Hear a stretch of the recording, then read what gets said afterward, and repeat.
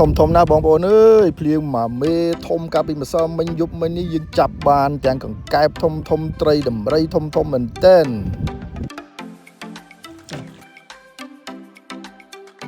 ខាងមុខខ្ញុំនេះគឺជាបឹងម្លិចហើយកាលពីយប់មិញនេះគឺភ្លៀងមកមេធំមែនទែនហើយប្រជាពលរដ្ឋគាត់សប្បាយចិត្តក្នុងការចាប់កង្កែបហើយនឹងដាក់សន្ទូចដាក់មងចាក់ត្រីចាប់ត្រីដែលវាឡើងនៅជាដើមហ្នឹងចាប់បានច្រើនមែនទែនហើយតិចទៀតខ្ញុំនឹងបង្ហាញទាំងអស់គ្នានៅកែបហើយនឹងត្រីជាពិសេសគឺត្រីថ្មីដែលយើងទើបទិញបានពីគាត់កាលពីព្រឹកមិញបាទនេះគឺជាកង្កែបដែលយើងទិញបានកាលពីព្រឹកមិញហើយវាលោតចេញពីក្នុងកន្ត្រករបស់យើងហើយតិចយើងក៏បានដេញចាប់មកវិញបាទកន្ត្រកកែបបាទនេះកន្ត្រកដែលយើងដាក់កង្កែបហ្នឹងយើងទិញបានប្រហែលជា3គីឡូច្រើនមែនតើមានទូចមានធំអីចឹងទៅកង្កែបទាំងអស់នេះគឺប្រជាពលរដ្ឋគាត់ចាប់ដោយវិធីសាស្ត្របែប traditional បែបប្រពៃណីដើរឆ្លោះដើរចាប់អីចឹងទៅហើយយើងមានទូចមានធំជាប្រភេទកែបស្រែកែបមាត់បឹងបាត់អីទាំងអស់ហ្នឹងអញ្ចឹងកែបទាំងអស់នេះថ្ងៃនេះយើងនឹងមានគម្រោងថានឹងឆ្នៃវាចម្អិនម្ហូប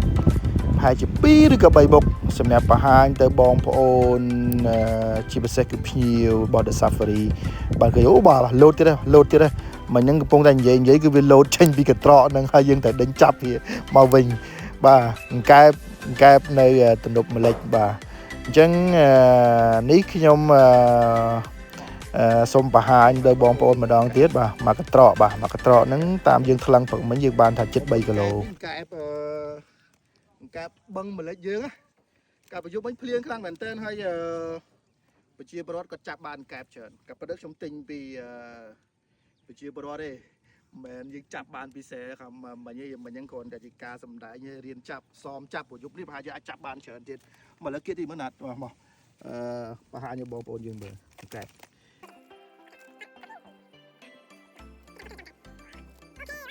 ធំបាទធំមែនតើធំបាទធំមែនតើកែបស្រែកែបភ្នំកែបបឹងម្លេចជួយថ្ងៃនេះយើងនឹងធ្វើម្ហូបអីគេពីចុងភៅមកថ្ងៃនេះយើងប្រហែលជាធ្វើកែបបោកហើយនឹងមួយមុខទៀតហើយចាំមើលយើងនឹងពិភាក្សានេះថាតើយើងនឹងធ្វើអីមួយមុខទៀតដើម្បីបង្ហាញឲ្យអ្នកទាំងអស់គ្នាឃើញថ្ងៃនេះយើងចាប់បានមិនចាប់បានទេបាទទិញបានកែបបោកអត់សំទោសមិនតាន់បោកទេនៅឆ្អិននៅឆៅឡើយយើងទិញបានកែបហើយនឹង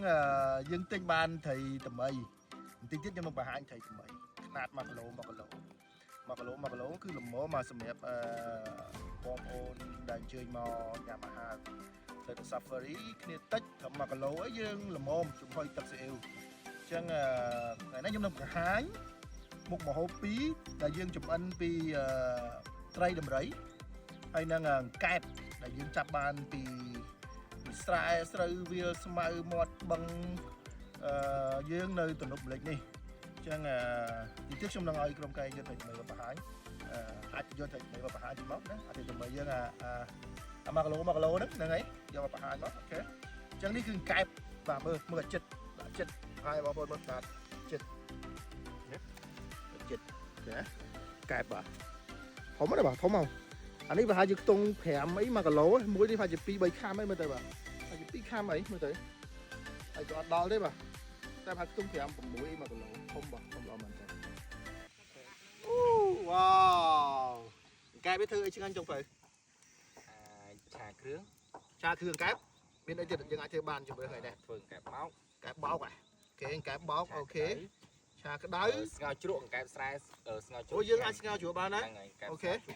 ចាំសាមើលបាទចាំសាលបងមើលស្ងោរជ្រក់បានដែរងៅ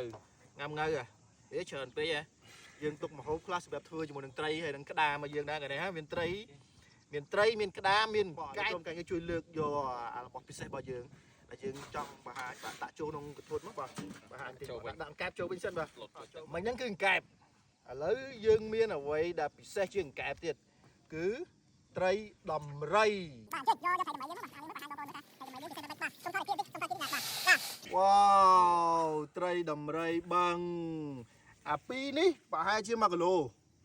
សម្រាប់1គីឡូជាងហ៎បាទ1គីឡូអាមួយនេះប្រហែលជា3គីឡូជាងឯងមើលទៅបាទអូរវើកអានេះ3គីឡូជាងហ៎3គីឡូជាងបាទ 3 គីឡូជាងសុំចាប់ឲ្យគៀកតិចមកបាទថតក្រោយនេះឲ្យគៀកតិចថៃថ្មីនេះថៃថ្មីនេះគឺកម្រមែនតើបាទសម្រាប់ប្រជាពលរដ្ឋខ្មែរយើងមួយចំនួនក៏អត់ហ៊ានញ៉ាំទេដោយសារគាត់មើលរឿងភាគរឿងអីពីដើមអញ្ចឹងតែសម្រាប់ភ្ញៀវជាច្រើននៅ The Safari គាត់ចូលចិត្តមកញ៉ាំថៃថ្មីហ្នឹងគាត់ចូលចិត្តមកញ៉ាំថៃថ្មីហ្នឹងយើងអាចចម្អិនបាននេះខ្លះថៃថ្មីហ្នឹងចូលតាមកប់ត្រីអំរៃនេះយើងចំហុយទឹកស៊ីអ៊ីវពិសេសជាងគេហើយຂະຫນាត់ធំចេះយើងអាចយកសាច់ចំហុយហើយនឹងក្បាលស្ងោរជក់ក៏ពិសេសដែរស្ងោរជក់បានដែរហ៎អូញ៉ាំបានដែរអូខេបាទបើវាធំដែរបាទហើយយើងអាចបំពងជាមួយនឹងបន្លែជូរអែមបាទពីនេះចូល5គីឡូជាងហ្នឹងមែនទេពីអូសុំទៅ3នេះ5គីឡូជាងបាទតែថ្មីនេះហើយកម្រមែនតើកម្រណាស់ហើយទំហំធំបែបនេះយើងក៏មិនសូវជាបានដែរក៏មិនសូវជាបានដែរຂະຫນាត់ទូចល្មមយើងយកវាប្រឡែងទៅវិញទៅឬក៏យើងដាក់ចូលនៅក្នុងស្រះរបស់យើងដើម្បីប្រោះចិញ្ចឹមវាចឹងទៅតែຂະຫນាត់ធំបែបនេះភាគច្រើនគឺបានមកអត់ដែរសូវជានៅតែប្រហែលទេគឺភ្ញៀវយើងគាត់ចូលចិត្តគាត់កំងទុកជាមុនរៀងរាល់ពេលគាត់មកទៅ Safari ឥឡូវលើកបង្ហាញបងប្អូនទីសាមកុកលើកអត់ធំឲ្យគាត់មើលខ្នាក់ដើម្បីឲ្យប្រៀបធៀបជាមួយនឹងទំហំរបស់យើងតើវាធំប៉ុន្មានលើកឲ្យខ្ពស់ទៀតទៅបាទលើកខ្ពស់ទៀតទៅវ៉ាដាក់ផ្ដេកចេះបាទធំមែនតើបាទនេះចង់ប៉ិនកូនក្មេងចង់ប៉ិនកូនថ្ងៃទៅបាទធំមែនតើ3គីឡូជាងបាទ3គីឡូជាងចំណែកអាទូចនេះពីនេះបានពីនេះគឺ1គីឡូអីទេអានេះក៏ប៉ុន្តែនេះល្មមសម្រាប់គ្នាមក4គីឡូ3បាទនេះ4នេះអីល្មមយើងចំហុយទឹកស៊ីអ៊ីវគឺពិសេសមែនតើបាទត្រីថ្មីនេះសម្រាប់អ្នកដែលគេចិញ្ចឹមនាំចេញទៅក្រៅប្រទេសត្រឹមតែកន្លះគីឡូ1គីឡូអីយ៉ាងច្រើនទេបាទស្តង់ដារមានត្រឹម1គីឡូបាទកម្របានធំអញ្ចឹងជាភ័ព្វសំណាងយើងមានបឹងម្លេចនេះដែលផ្ដល់នៅអត្ថប្រយោជន៍ហើយបឹងហ្នឹងគឺធំមែនតើអញ្ចឹងឥឡូវនេះគឺយើងបង្ហាញប៉ុណ្ណឹងសម្រាប់អ្វីដែលយើងរកបានកាលពីយប់មិញហើយបន្ទាប់មកនេះយើងយកវាទៅចម្អិនអញ្ចឹងសូមតាមដានបន្តយើងនឹងចម្អិនហើយយើងនឹងបង្ហាញបន្ទាប់ពីយើងចម្អិនហើយថាតើវាមានរសជាតិបែបណាបាទសង្ឃឹមថាអ្នកនរអាចចូលរួមភ្លក់រសជាតិតាមរយៈវីដេអូនេះជាមួយយើងខ្ញុំអរគុណច្រើន